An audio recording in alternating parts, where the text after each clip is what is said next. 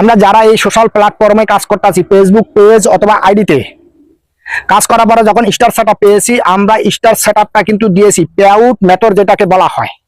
ওখানে bank setup করতে গিয়ে যদি কোনো ভুল হয়ে থাকে, তাহলে এই যে স্ক্রিনশট দিছি, স্ক্রিনশটের দিকে দেখেন, আপনাদেরকে ঠিক এরকম একটা অপশন দিবে।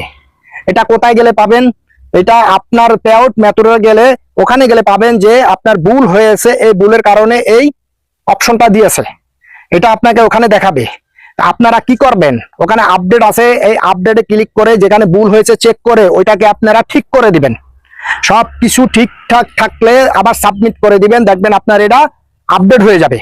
আর না হয় আপনি যদি এটা চেক না করেন, আর যদি এটা ঠিক না করেন, আপনি কন্টেন্ট মনিটাইজেশন ডেটা সব সেটআপ পাওয়ার পরও হাজার হাজার ডলার এখানে ইনকাম করতে পারবেন, কিন্তু আপনার একটা ডলারও আপনার ব্যাংকে আসবে না।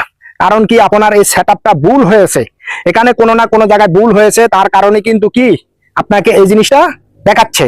যেমন আমার এই জিনিসটা হয়েছে, তার কারণ হলো আমার ব্যাংক সেটআপে যার নাম ছিল ওখানে একটু ভুল হয়েছে, ভুল হওয়ার কারণে কিন্তু আমাকে এই জিনিসটা দেখাইছে আমার পেজে।